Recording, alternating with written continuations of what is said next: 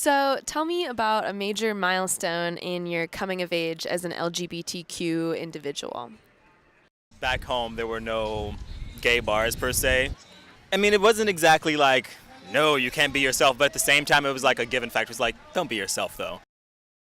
Ellen came out on her TV show, which I know is silly to say was really important, but I was a young queer woman in Northeast Tennessee, and that was huge.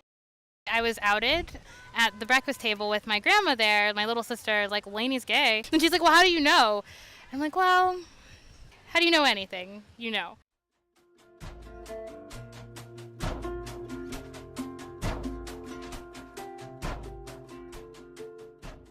My name is Von Sims. Oh, and I'm supposed to tell my age. My age is 61 young. When Stonewall, the rioting started, we were there during that time. I was lucky because we had left the bar, and some of the undercover police looked like they were gay or like they could be hustlers themselves. They would immediately handcuff someone and take them off. I mean, you could get away with it. There was some kissing going on, and I was shocked because I had never seen two men kiss before. And I thought, wow, that's real weird, because still in the back of my mind, I still hadn't accepted the fact that I was gay, even though I'm in a gay bar. But I do significantly remember the anger and the disgust that so many of them had, and I didn't understand it because I was younger, had toward being treated like a third-class citizen just because they liked, someone of the same sex. Hello, my name is Reina Ortiz. I'm 34 years old. My mother says she realized that I was transgender when I was 3. Growing up in a really high Latino culture and community, you just knew that it wasn't normal. I just was afraid that, I was going to be turned away, but I wasn't. It was beautiful, and I loved it. And me and my mother have just the most amazing bond. So going into high school, I had a lot of help from my older brother. My older brother, as keeping it real, my brother was a hardcore gangbanger, and he helped me. If anybody had a problem, he was going to take care of it for me. Honestly, the corruption of my family really saved me as a trans woman.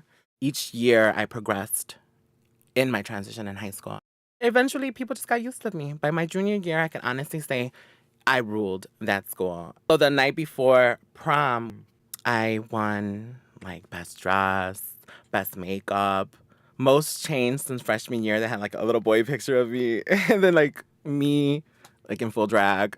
And then they announced the winner, and they're like prom queen of 1998.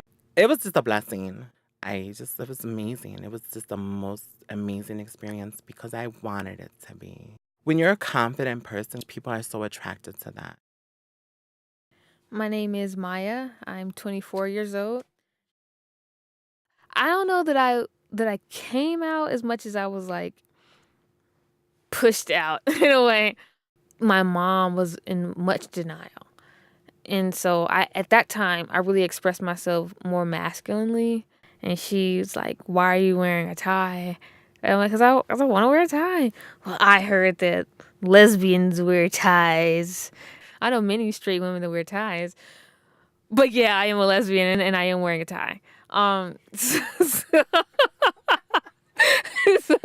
it was like, even if I take off the tie, I'm still gay. I'm not the most feminine lesbian. You're not going to catch me in a dress, sorry. But then again, that doesn't mean that I don't have feelings, that I can't be a little more submissive sometimes, or that I, can't be gentle. And I want to tear down those barriers. And I want to break that binary. I hate that. I love when I see like queer relationships and they're just being themselves. There's no role, and I guess I crave that. I think now I'm at a place where I feel a lot more comfortable in my own skin. I'm not trying to be masculine. And again, I'm not super feminine either. I just want to be me.